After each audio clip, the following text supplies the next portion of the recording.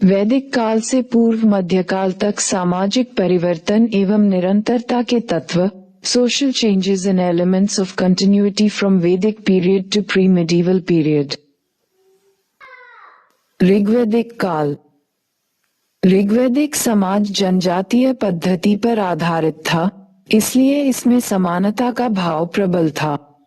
ऋग्वेद में हमें 3 वर्णों की चर्चा मिलती है, पुरोहित, राजन्य एवं सामान्य लोग, परंतु इस विभाजन का आधार भी जन नहीं बल्कि पेशा था। पेशे में परिवर्तन के साथ वर्ण में भी परिवर्तन हो जाता था। उदाहरण के लिए विश्वामित्र राजन्य से पुरोहित हो गए थे। मौलिक रूप में वर्ण शब्द का अर्थ रंग होता है। ऋग्वेद में आर्य एवं दास 2 वर्णों का जिक्र मिलता है। ऋग्वैदिक समाज का मूल आधार परिवार था, जो पितृसत्तात्मक हुआ करता था।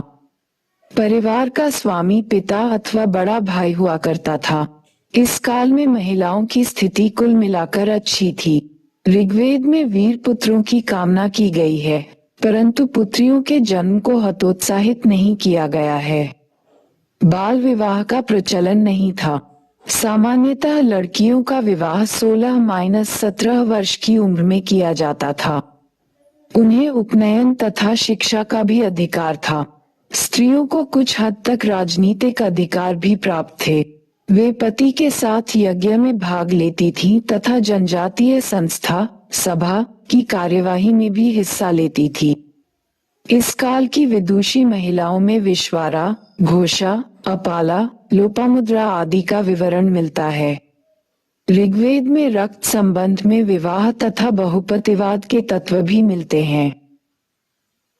ऋग्वैदिक आर्य मांसाहारी तथा शाकाहारी दोनों तरीके से भोजन ग्रहण करते थे। ऋग्वेद में नमक का कोई जिक्र नहीं मिलता है। वे सोम नामक एक मादक पदार्थ पीकर आनंदित होते थे। ऋग्वेद में दासों के साथ साथ दासियों का विवरण प्राप्त होता है। इससे ये ज्ञात होता है कि दास व्यवस्था स्थापित थी। उत्तर वैदिक काल। पहली बार उत्तर वैदिक काल में चतुर्वर्ण व्यवस्था का विकास देखा जा सकता है। वैसे इसकी पहली चर्चा ऋग्वेद के 10वें मंडल के पुरुष सूक्त में मिलती है। इसमें मूल पुरुष के 4 अंगों से 4 वर्णों को निकलता दिखाया गया है। ये वर्ण है ब्राह्मण, क्षत्रिय, वैश्य और शूद्र। ऊपर के 3 वर्षों को द्विज का दर्जा मिला है। उनसे पृथक शूद्र हैं जिनका काम ऊपर के 3 वर्णों की सेवा करना है। इस काल में परिवार के मुखिया की शक्ति में वृद्धि हुई। परिवार के अन्य सदस्यों पर उसका नियंत्रण बढ़ गया। इस काल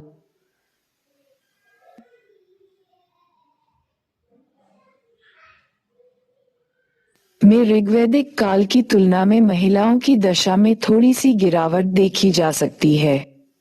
पहली बार ऐत्रेय ब्राह्मण नामक ग्रंथ में पुत्र को परिवार का रक्षक और पुत्री को दुख का कारण बताया गया है।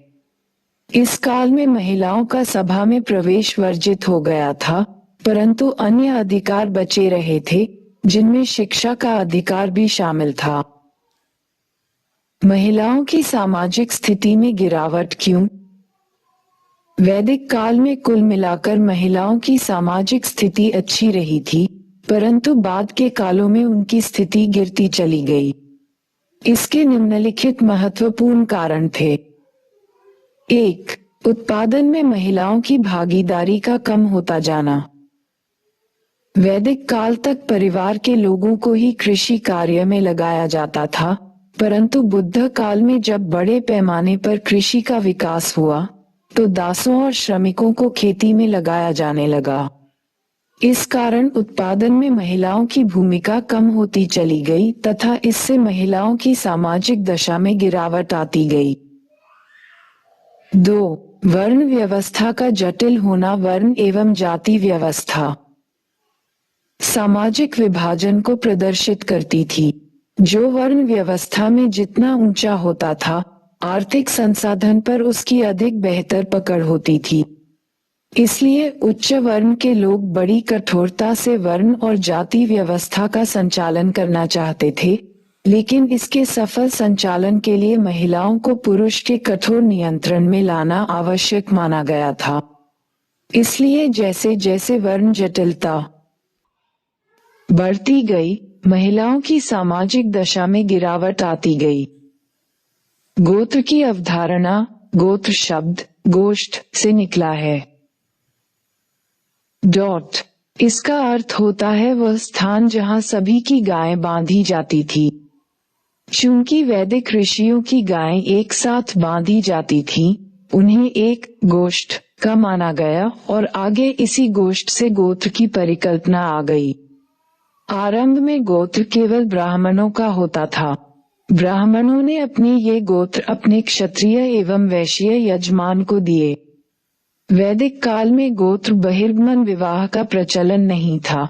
ये बुद्ध काल सूत्र काल में आरंभ हुआ। आश्रम व्यवस्था उत्तर वैदिक समाज की एक अभिनव परिकल्पना थी। आश्रम व्यवस्था एक वैदिक आर्य के जीवन को 4 आश्रमों में बांटा गया, ब्रह्मचर्य, गृहस्थ, वानप्रस्थ एवं संन्यास, परंतु उत्तर वैदिक काल तक 3 आश्रमों की परिकल्पना विकसित हुई थी। चतुर्थ आश्रम संन्यास का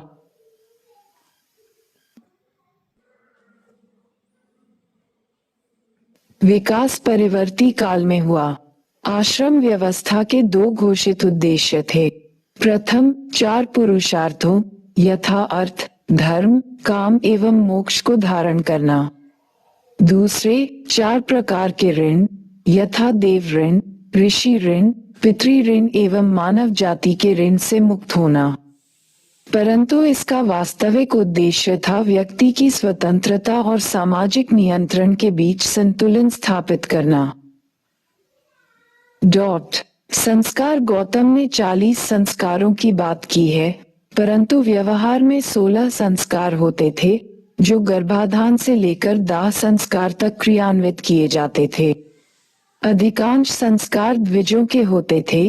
कुछ संस्कार शूद्रों एवं महिलाओं के भी होते थे, परंतु वे सामान्य एवं मंत्रहीन होते थे।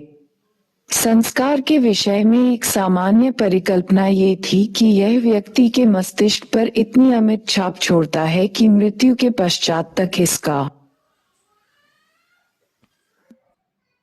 प्रभाव बना रहता है। वर्ण एवं जाति भारतीय समाज में वर्ण एक आदर्श परिकल्पना बनी रही, जबकि जाति समाज का यथार्थ बन गया। भारत में जाति के विकास का एक लंबा इतिहास रहा है जो इस प्रकार है।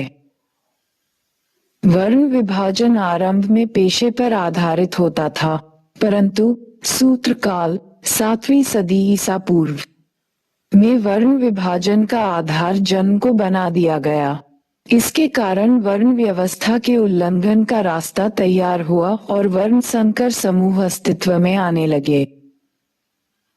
प्रायः 2 कारणों से वर्ण नियमों का उल्लंघन होता था। प्रथम, निम्न वर्ण के पुरुष के द्वारा उच्च वर्ण की महिला के साथ वैवाहिक संबंध कायम होना।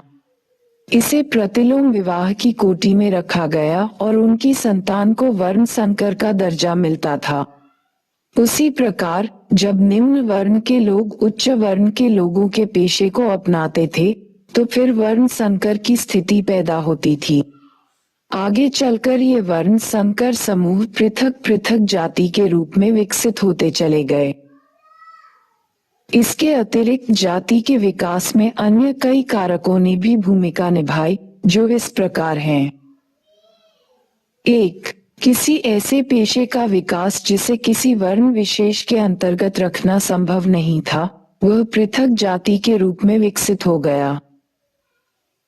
2. कुछ पेशेवर समूह एवं शिल्प श्रेणियों का जाति के रूप में ढल जाना। उदाहरण के लिए लोहार, बढ़ई, सुनार आदि। 3. जनजातीय समूह को वर्ण विभाजित समाज में शामिल करने के क्रम में नई नई जातियों का विकास हुआ। 4. आगे चलकर क्षेत्रीयतावाद का प्रभाव भी जाति व्यवस्था पर देखा गया और एक ही जाति क्षेत्र के आधार पर अलग अलग उपजातियों में ढलती चली गई। इस प्रकार भारतीय परंपरा में वर्ण तो 4 ही रहे, किंतु जातियों की संख्या हजारों में पहुंच गई। बुद्ध काल। इस काल में धर्मसूत्र पर टीकाएं लिखकर वर्ण विभाजन का आधार जन्म को बना दिया गया। इससे जाति के विकास का रास्ता तैयार हुआ। इस काल में महिलाओं की सामाजिक दशा में गिरावट आई। महिलाओं को पुरुषों के अधीन कर दिया गया। संभवतः दहेज प्रथा का आरंभ भी इसी काल में देखा गया। उदाहरण के लिए मगध के शासक बिंबिसार को काशी का क्षेत्र दहेज में मिला था। यद्यपि बौद्ध एवं जैन पंथ ने अपने संघ का दरवाजा महिलाओं के लिए खोल दिया था, परंतु इससे महिलाओं की स्थिति में कोई मौलिक परिवर्तन नहीं आया। बौद्ध पंथ ने महिलाओं के लिए पृथक संघ बनाया और भिक्षुणियों को भिक्षुओं के अधीन कर दिया गया। गंगा घाटी में नगरीय क्रांति तथा व्यापार वाणिज्य में उल्लेखनीय प्रगति की वजह से वैश्य वर्ण समाज का सबसे संपन्न वर्ण बन गया था। समाज में शूद्रों की स्थिति दयनीय थी।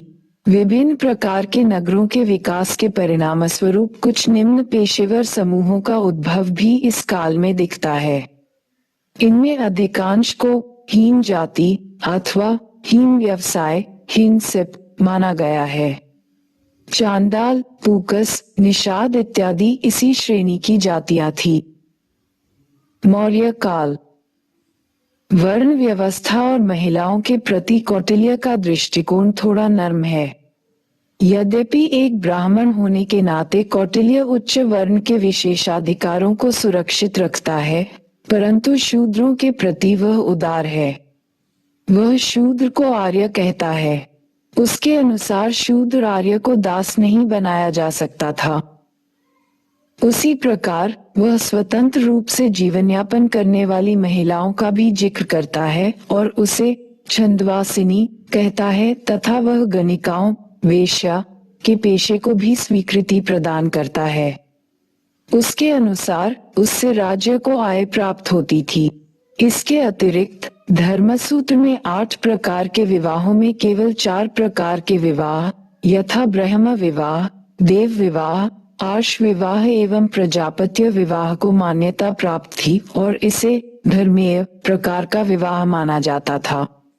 परंतु कौटिल्य ने सभी 8 प्रकार के विवाहों अर्थात गंधर्व विवाह, पैशाच विवाह, राक्षस विवाह एवं असुर विवाह को भी मान्यता प्रदान की। मौर्योत्तर काल।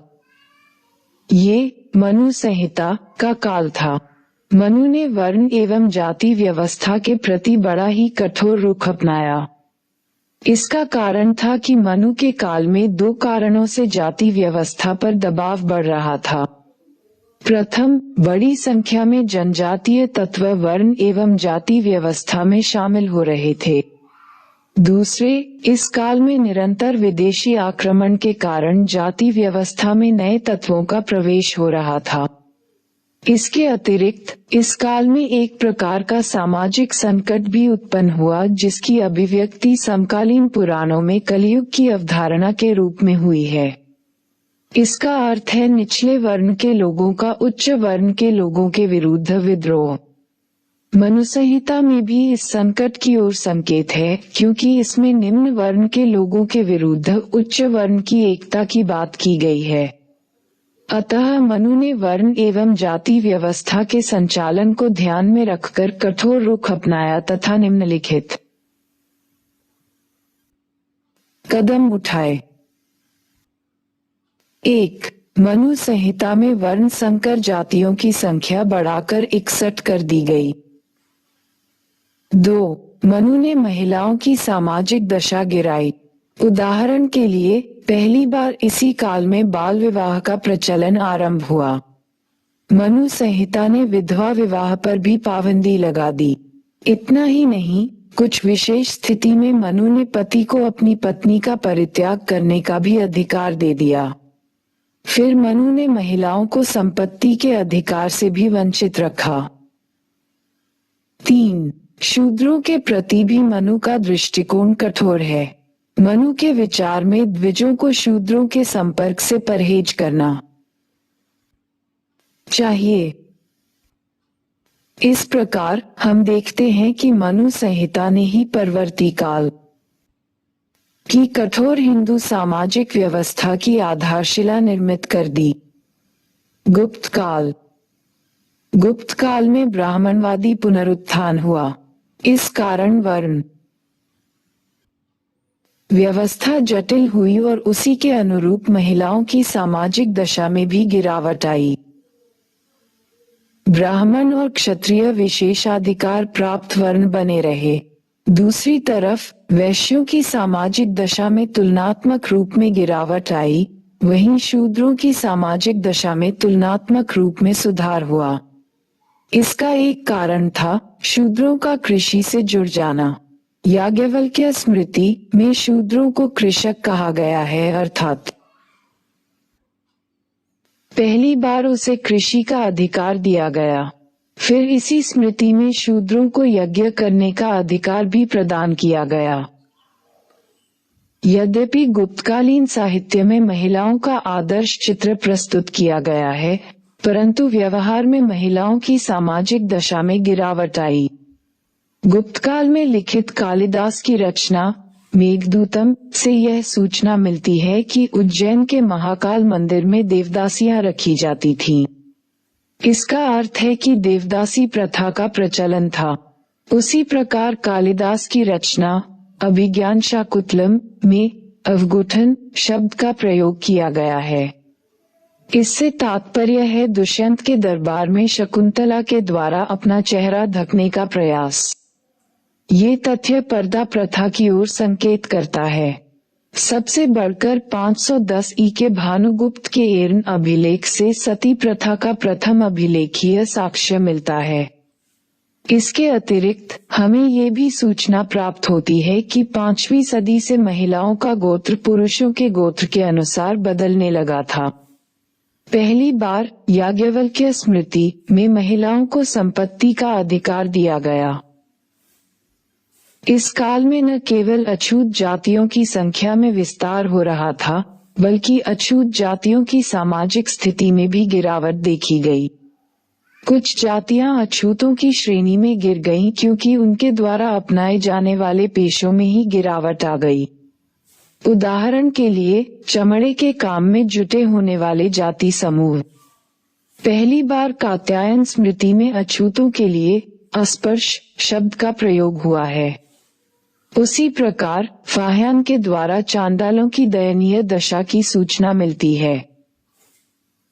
गुप्तोत्तर काल एवं पूर्व मध्य काल। 1. इस काल में जाति व्यवस्था जटिल होती चली गई क्योंकि जाति से उपजातियों का विकास होने लगा था। 2. वैश्यों की सामाजिक दशा लगभग शूद्रों के समकक्ष हो गई थी क्योंकि अलबरूनी नामक विदेशी लेखक लिखता है कि शूद्रों के साथ साथ वैश्यों को भी वेदों के अध्ययन करने अथवा उसे सुनने का अधिकार नहीं है। 3. इस काल में राजपूतों के अधीन लड़कियों को स्वयंवर का अधिकार मिला था तथा महिलाओं की संपत्ति के अधिकार में भी वृद्धि देखी गई क्योंकि याज्ञवल्क्य स्मृति पर विज्ञानेश्वर द्वारा लिखित मिताश नामक टीका में महिलाओं की संपत्ति के अधिकार में वृद्धि की गई, अर्थात स्त्रीधन में नए प्रकार की संपत्ति भी शामिल की गई। वहीं दूसरी तरफ सामाजिक बुराई के रूप में सती प्रथा के साथ साथ योद्धा वर्ग में जौहर प्रथा का भी आरंभ देखा गया।